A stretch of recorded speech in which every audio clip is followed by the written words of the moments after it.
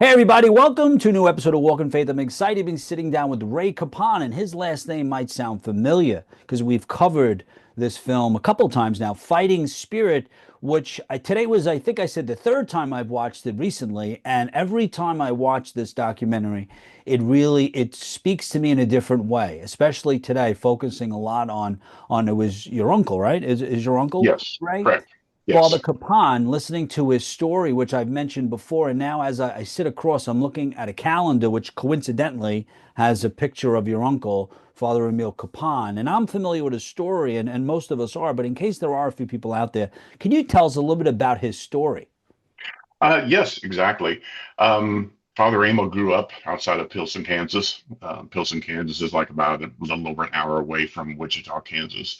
A very small town, but a typical town in Kansas. I mean, a huge church and about five houses, no post office, no convenience stores, no anything, but a huge Catholic community, a huge Czech community. And Father Emil grew up there. They were about 2 miles outside of town and always knew from an early age that he was going to be a priest. I mean, my grandmother would always say she knew, she had no doubt that he was going to be a priest. I mean, he'd set up cardboard boxes in the living room and put a towel over him and pretend he was saying mass in their house. So he always had that devotion to knowing where his life was going to go. Um, Grew up, became a priest, was the hometown priest in Pilsen. A big reason behind that is because he knew the Czech language and like I said, there's a very strong Czech community there.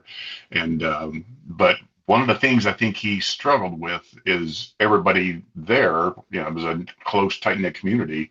Well, he grew up around everybody. Everybody knew who he was. Everybody knew him from a snot-nosed kid to, to being a priest. And I think there was some difficulty in the older guys and the older people saying, well, I'm going to say confession to this kid who used to run around the playground. I'm not doing that.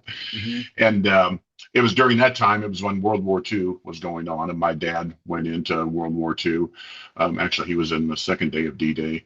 And then Emil petitioned the bishop to go in to be a chaplain in World War II. And it was towards the end of World War II. So he was in the Burma arena, is where he was stationed at, and finished up World War II. And it was finished, came back again as the hometown priest, and also helped out in the Harrington Air Base, which was nearby. But just being this person like he always is to help everybody. I mean, that's how his life was.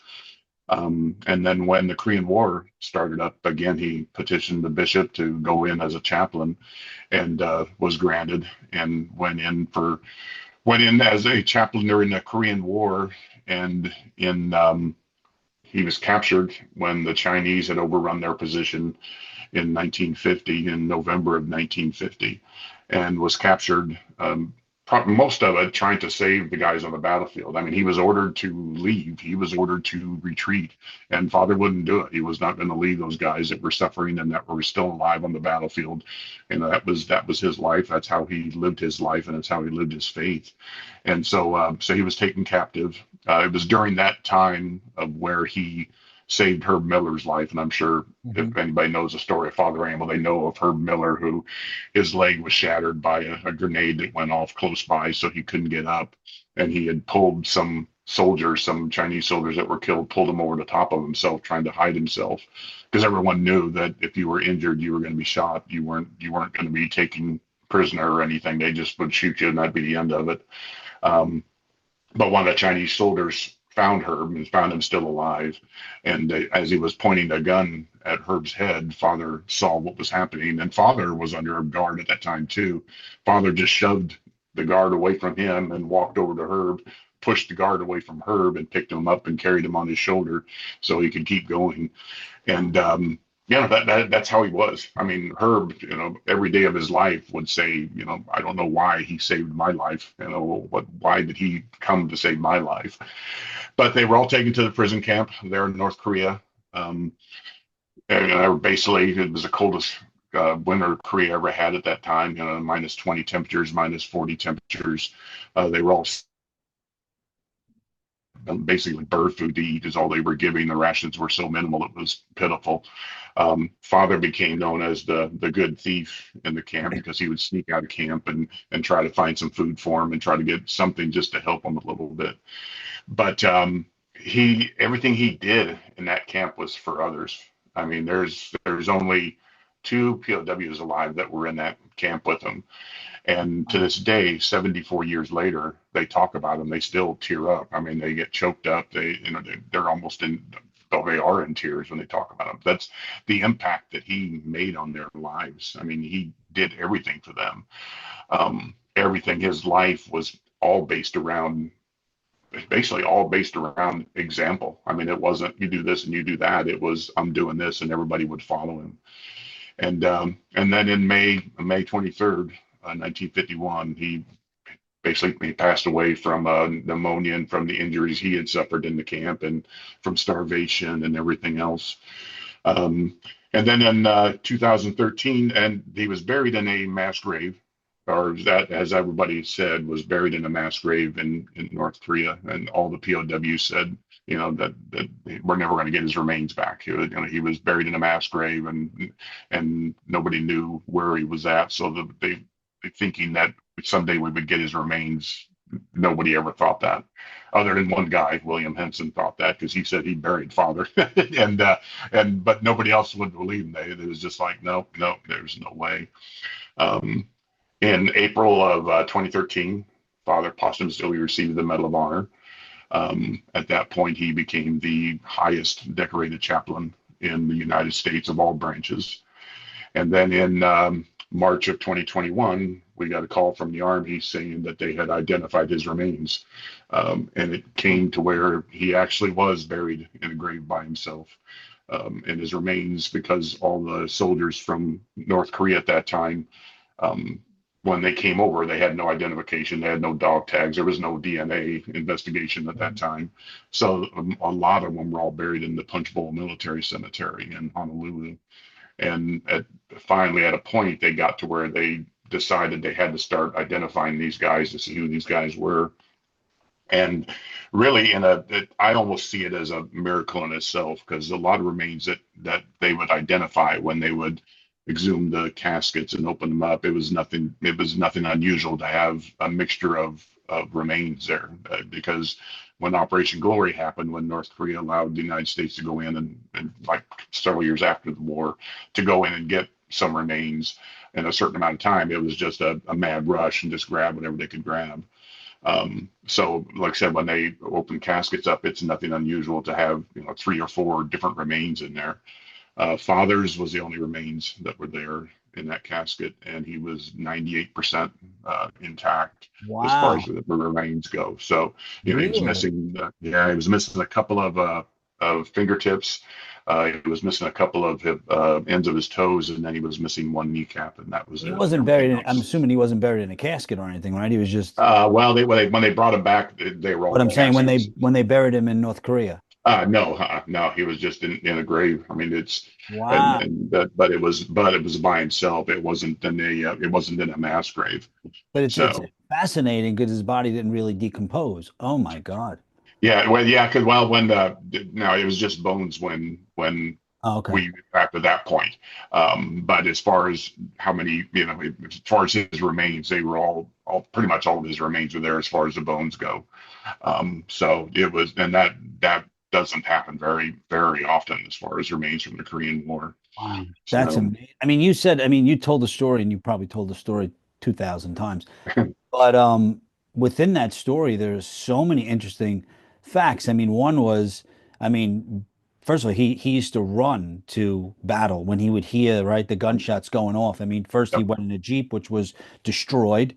And then he found a bicycle, a rickety bicycle, and rode a bicycle. And also, too, we got to remind people, chaplains, they have no guns. I mean, they're not there, to really, they're there to minister and comfort, but they're not there to fight the war. And the scene that you're referring to, I mean, there was like you said, a soldier holding a gun, and he ran and pushed the other man. And then there's stories of him rescuing other people. And then when he was on his way to, they call it the death camp, which I don't know if you know much about that. I'm assuming you do, but he was singing and praying, and he asked to stop right at each Yeah. soldier, each captive that held him captive, and Hmm. just say to them that I forgive you. I Yeah. mean, the attributes of Christ. I mean, I'm just talking about the mirror of Christ. I mean, his story is unbelievable. I mean, how? I mean, this must impact you and has obviously impacted you. Tell me how, Oh, yeah. just hearing this story and seeing it, how has it changed your life? The biggest part of, and I've been the talks that I've been giving lately, I've kind of refocused on what I was focusing on, especially in the times that are going on. But the one thing, and of course, everybody's always, even like you said, was going by the guards who were keeping him captive all this time, and saying, "Forgive them, Father, for they know what they do." But when he went by the camp commander, the Chinese camp commander, and asked him, Father asked him, please forgive me for any harm I may have done unto you. I mean, here was a guy who had tortured him, who had starved him, who had beat him, who had tried to get him to denounce his Catholic faith, who had done everything in the world to destroy him and was sending him to his death. I mean, he was sending him to the death house. Then Father knew he wasn't going to be coming back. I mean, he knew where he was going. And he asked forgiveness of this person. I mean, in this day and age, to even think of that concept is just incredible. It's so hard, for me. If somebody cuts me off on the freeway, I hold a grudge for 3 weeks and I don't even know who the person was. I mean, and for him to do that and to have that belief and that faith and that forgiveness, I mean, it really is like Christ hanging on the cross and forgive them for they know not what they do. And I don't, he wasn't saying it was right, but I think he was saying, these guys they don't know the difference. Nobody has shown them the difference. And that's what he gave those POWs was the hope. He gave them the hope of yeah, someday you'll get out of here. Someday you won't be here. You got to keep fighting. I mean, they are that way still today. I mean, Mike Dow, um, he's, I mean, he literally is a rocket scientist. He's a nuclear physicist. I mean, and the regard that he holds for Father. I mean, we were just my wife and I just went there to see him in Houston about 2 months ago, and we were just talking about Father. And like I said, he tears up and always says he's the greatest man he'll ever know. He said there's no one greater than what Father was and what he did for him. And like they say, they're like, and he's 97 years old, and Paul Roach is the other one who's still alive, who lives in New Mexico. He's 96 now, I think.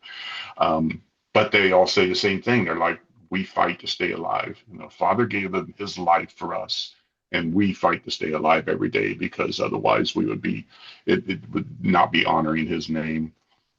Wow. I mean, as you were saying about the forgiveness, and I always think about too, like, why do you think it's so hard for us to forgive? And like your uncle was able to forgive someone that held him captive, that in essence sent him to his death. Why do we find it so challenging?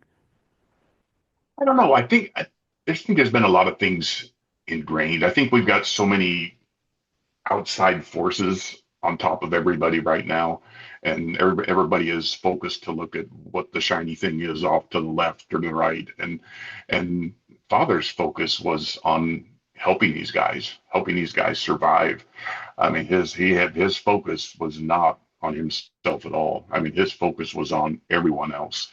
And I think that's some of the issues that we have now is everything is, me, me, me, me, me. How can I better myself? Father never went about and said, well, if I do this, I wonder what it's gonna, what's it gonna do for me? Where's it gonna benefit me if I help this guy or if I give him some of my food? What's it gonna do for me?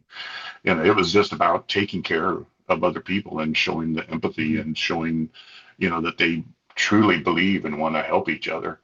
That's right. You're right. Because we can easily say that. And I thought about this last time too. As I proclaim the gospel, I'm in my warm house in New Jersey, just like you're in your warm house in Washington, right? But he was actually in the trenches. He was going to the sort of the death camp. He was in horrible conditions. I mean, he carried Herb, you said, right? For Yeah. I don't know how many 100 miles they marched, Oh and he's yeah, it was like about a 65 mile walk. So yeah, mean, exactly. that's the test of faith because I always ask, like, what will I do in that situation? Will I really proclaim the gospel? I denounce my faith, like you said, he had the opportunity to denounce his faith. To probably he would have had better treatment if he would have believed the propaganda that they were trying to preach. He maybe would have got more food. Maybe he would have been free. Who knows? But in the end, his test of faith, he was willing to lay down his life for his beliefs. And I always ask myself that question, and you probably do too. Like, if I was in that situation, what would I do? I don't know. Am I strong enough? Because it's easy for me to carry the cross when I'm home, but will I put it down when it gets too hard, too challenging? And he was able to proclaim the gospel, carry the cross to the end, and still carry the same attributes of Jesus Christ. And his story inspires and will continue to impact everyone that listens to it, listens to you, watches this documentary.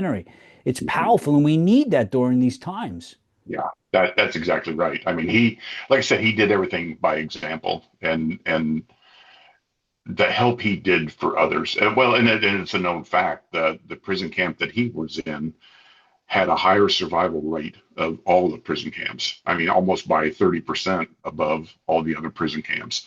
So the inspiration that he gave those guys to keep fighting, to keep staying alive, to keep, these guys were picking lice off of each other. They were, had to clean each other up. I mean, they had to sleep like logs stacked together because it's the only way they could stay warm. I mean, like a lot of them said, it was way easier to give up and die than it was to stay alive. But Father gave him that fight because he fought it, and he gave himself for them to stay alive. And I think it just showed them that, okay, if he's doing this for us, the least we can do is try to stay alive for him, for what he's doing and giving his life. Amazing, because I think in the film too, they said, "Yeah, don't wake me up tomorrow." And Yeah, I yeah, mean, you think about that, "Don't wake me up," and it didn't mean, and we know it didn't mean I'm going to sleep late. It meant that I was going, yeah, I wasn't going to make it. I mean, yeah, it just the more I watch it, the more I think about, it, especially like when they're carrying him out and he's stop. Give me a second. I want to forgive this person. yeah, Did you? I yeah. mean, I doubt it, but no one has anyone ever spoken to anyone from the camp on the other side, any of the Chinese that held him captive? Was there any communication beyond that Yeah, day? not that I know of. I've never heard that there actually was. I mean, I know there've been some people trying to do movies and trying to rewrite it and say, the base commander became, a Catholic or something. But yeah, I haven't heard anybody that's actually said anything. What do you think he would say, your uncle, if he knew, about the film or that he's going to be a saint someday? You're going to have an uncle as a saint. What do you think he would say? Do you think he would be in favor Yeah, of the film yeah. or would he be more pious? What do you think? I think he would. I think he would actually. The film, I know he would like because it wasn't all about him. And that's the way he lived his life. He didn't want anything to be about him. I was actually given a talk because we're going to be commissioning, or they're going to be commissioning a statue of Father Emil, and it'll be in the Kansas State House. It'll be in the Capitol Dome area. And I was back in Wichita last weekend, and they were kicking off the fundraiser for it. And it was the Knights of Columbus is involved in it big time, and so they wanted me to come back. And so I was given a talk, and I always ask Father before I do any talk or how I prepare for the talk and how, and because every audience is a little bit different, and I always try to find something different about his story because a lot of people have heard a lot of the story. Um, and then the same thing kind of came up because I know how Father would be. I knew when we did the Medal of Honor, it's like I said there, he's like, yeah, he'd have been like, really? I think really, you guys. And so I was talking, and I really did have, and still to this day, have this mental picture in my mind of Father when we first started talking about the statue and how the design was going to be and how it was going to be involved. And I told him, I was like, I said, this picture I have is Father's statue is in the Capitol building, and it's late at night, and all the lights are off, and all the congressmen and all the senators and everybody's gone, and it's just an empty rotunda basically. And here comes Father walking in his old army uniform, and he's got his helmet that the chaplain cross on, and he's holding his pipe like he always had, his old corncob pipe, and just walks up to his statue and looks at it and is just standing there, just shaking his head, and slowly turns away, starts walking away, and stops and turns and looks back one last time and just goes, "Yeah, got to be kidding me." I mean, because that was him. I mean, he was my grandparents and my dad and my mom even as well, and Father Emil were the most humble people. I mean, humble to a fault, where no attention to them. It's all about others. It's all about taking care of others. It he lived in it for 35 years. He lived an incredible life. That's so inspiring. Do you ever dream about him? Yeah, surprisingly. And I haven't What does he told, say to you?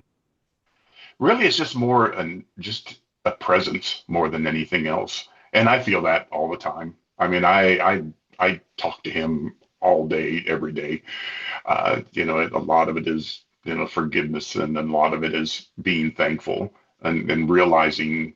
I think the benefit I think that I've gotten from Father is realize, because so many people ask for anything and everything and pray for everything, but don't realize when you've been answered, or when your prayer hasn't been answered, why it hasn't been answered, and realize, okay, yeah, it really has been answered, even though I don't think it has. Um, he's a huge presence in my life. My middle name's Emil. I always ask my mom, I was like, I had two other brothers before me. Why? She goes, I don't know. She goes, it just seemed right at the time. Um, he is a huge part of my life and every day of my life. Wow. And it's interesting because you never met him. No, no, I did through my grandmother. I spent a lot of time with my grandmother. In the summertime, I would spend a couple weeks out there. Dad would go out there and be working on the house, and then he'd go back, and I'd stay out there for a couple weeks, 2 or 3 weeks, and he'd come back and pick me up. So I got to hear all the stories. And she was, Emil inherited her sense of love for people, her humility, her humor, her love for anything. I mean, she had the most beautiful flowers around. I mean, just her love for anything that was alive. And from his dad, his dad was I barely remember. He died when I was like about 4 years old. But it would fix anything. You didn't go to Home Depot if something broke. You had to fix it, or you had to make it if you needed it. And Father, picked that. I mean, my dad was the same way. I mean, he would just, if he needed something, he'd just end up making it, or get by, or figure out some way or the other. And so his parents are a big part of how he lived his life. Wow. I mean, it's such an inspiring story, and there's so much in this film because, like you said, we just mentioned just one chaplain. There's so many stories within this documentary, the fighting spirit, and like I said, I've seen it several times, and now it's going to be available. I think it's on May 23rd on all the Yeah. major platforms, Apple TV, and Mhm. it is such a powerful film. I mean, this just even if you think about, and you've seen it so many times, but Yeah. the scene or the story about the four chaplains Yeah. you think Yeah. about it's really inspiring and there really hasn't been any documentaries and a lot of films about chaplains the way they dive into it and they break it down from each war and each denomination and in the end it's all about the love and the compassion that we show one another regardless of our theological differences, right? It's about the Yeah. love that especially Father Kapaun. I don't think he looked at the soldier and said, well, you're a different denomination. He Yeah. loved them all unconditionally the way that Jesus Christ calls us to love unconditionally. He was the mirror of Christ for those soldiers that were held captive. So, Ray, I mean, I just advise everyone to see the film, and if there's anything else you want to share before we go, just please let people know why they need to see this film. No, it's like I said, it's Father would have loved the film just because of what it was centered around, and centered around love. And for me, I've kind of become, because I go to, matter of fact, I'm actually going back next week to Fort Jackson to the Army Chaplain School. And their curriculum, a lot of it is centered around how Father Emil lived his life as well too. And when you get around these group of people, and like you said, they're all faiths, any faith. I mean, there's some that are no faith, but they're still there to help others. And I think that's what the draw that everybody was attracted to Father about. There was no judgment. There was nothing. He loved you for what you were, as long as you were a kind and gentle person, and weren't out there to harm others. I know one of but the reason I'm going back this next week, they're doing a class. They did it last year, and I was there for it last year. The chaplains actually run out to the middle of this field. They go on like a 6 mile run, and out in the middle of this field, and they've got an old Jeep out there. So it's kind of like how Father said Mass. But part of it is they throw questions at them, and they've got to come up with an answer in 3 minutes or less, and they don't know what the question is. And the the one that got to me when we were out there was, they asked her like, okay, the chaplain that you loved and who's taken care of you and has saved your life and has done everything is going to die, and he's going to be gone, and he's not going to be here. What are you going to do to keep the other men in this camp that you're in, to keep them alive, keep their spirits up, keep them fighting to stay alive like he did? And you have 3 minutes to answer. And the answers that I heard, just, I mean, I had tears. It was just incredible. So What was what one? these What was one of the? What did they say? just the one was, they were talking about the faith that he gave them, and the faith that they can hold on to others, and not just talking in faith as religious faith, but faith in each other, and faith in living, and faith in fighting, and not fighting with a gun, fighting to stay alive, and fighting to keep others alive. It just, I mean, it just floored me. And I'm so looking forward to, they're going to do the exact same thing again this time. And I've Wow. gotten to know everybody out there really well. And it's just, like I said, it's like a second home for me out there now. So Wow. it's pretty incredible. Wow, Ray, this was very inspiring. And like we said, I advise people to watch the film Fighting Spirit and look up Father Kapaun, soon to be Saint Yeah. Father Kapaun. I mean, it's such an inspiring story. There's so many chaplains, like we mentioned, Capodanno. There's so many that their stories need to be told, and they can inspire and change the world, and especially the times we're in now, to look past differences and see just unconditional love, to love people the way that Jesus Christ has called us to love. So, Ray, thank you for Yeah. your time. I Thank you. truly appreciate it. Oh, thank you very much. Guys, God I hope you bless. enjoyed. Guys, I hope you enjoyed today's episode of Walk in Faith. Always remember you have the ability to inspire and evangelize through words and actions. God bless you.